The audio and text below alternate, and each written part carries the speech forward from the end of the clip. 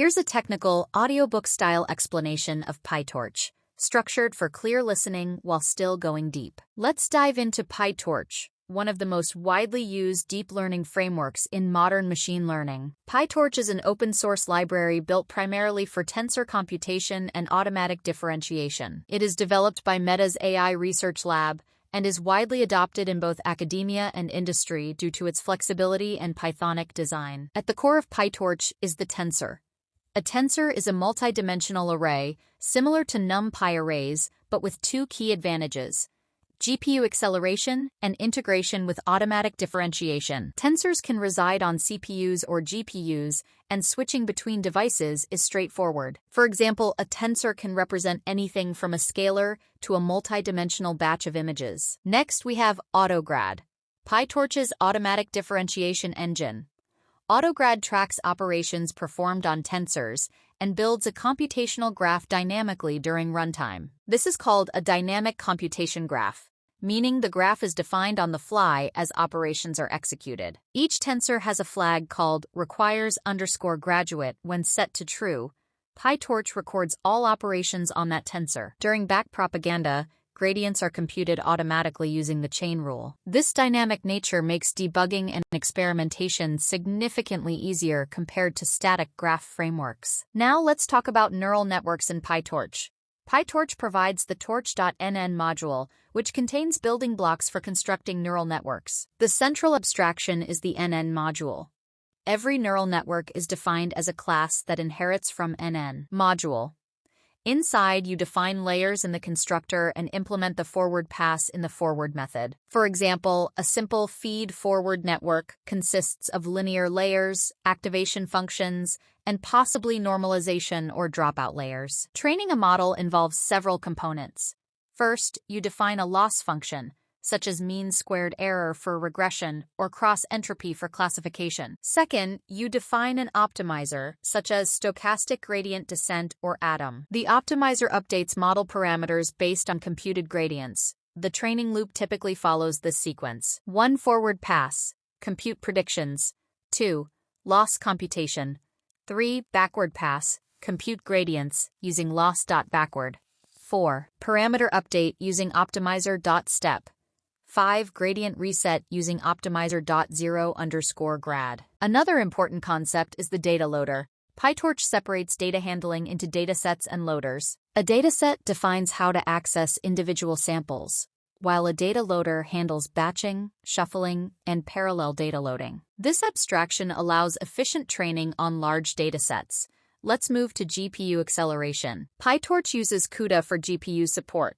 By moving tensors and models to a CUDA device, computations can be significantly accelerated. This is typically done using to-device or CUDA methods. Managing device placement correctly is essential for performance. Next is model evaluation and inference. During evaluation, gradients are not needed. PyTorch provides a context manager called torch.no_grad to disable gradient tracking, reducing memory usage and improving speed. Additionally, models can be set to evaluation mode using model.eval, which affects layers like dropout and batch normalization. A key strength of PyTorch is its flexibility and debugging capability. Because the computation graph is dynamic, you can use standard Python debugging tools. You can print intermediate values, use conditionals, and modify the architecture on the fly. This makes PyTorch especially popular in research environments. Let's briefly touch on saving and loading models. PyTorch allows you to save model parameters using state_dict. This is the recommended way, as it separates model structure from weights. You can later reload the parameters into a model instance for inference or further training. Finally, we should mention PyTorch ecosystem tools. Libraries like Torch Vision, Torch Text, and Torch Audio provide domain-specific utilities. PyTorch Lightning adds higher-level abstractions for training loops, and TorchScript enables model optimization and deployment. Here's a concise mental model. Tensors hold data.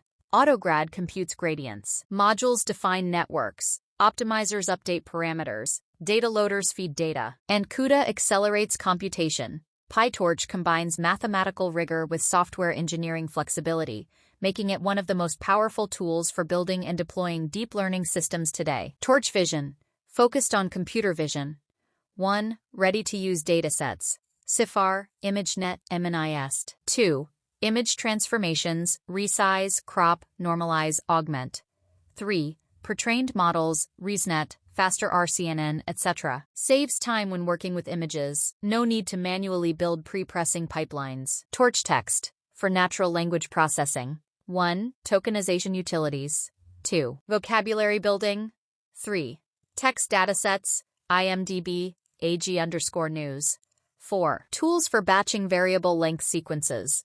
Help structure messy text into tensors your model can actually use. Torch audio for audio and speech tasks. 1. Load/save audio files. 2. Signal processing, spectrograms, MFCCs.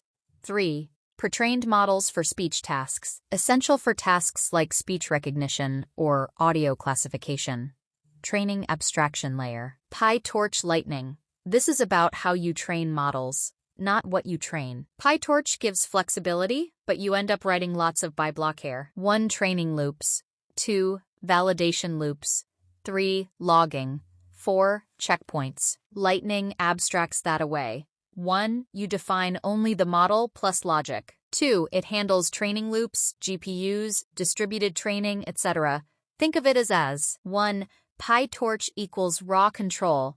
2. Lightning equals structured, scalable workflow. Deployment and optimization. Torch script. This is for turning your model into something production-ready. What it does. 1. Converts PyTorch models into a static graph. 2. Enables execution without Python. 3. Optimizes performance. 2 main modes. 1. Tracing records operations from example. Input. 2. Scripting compiles model code directly. Why it matters. 1. You can deploy models in C++ environments. 2. Works on mobile and embedded systems. 3. Faster inference in production.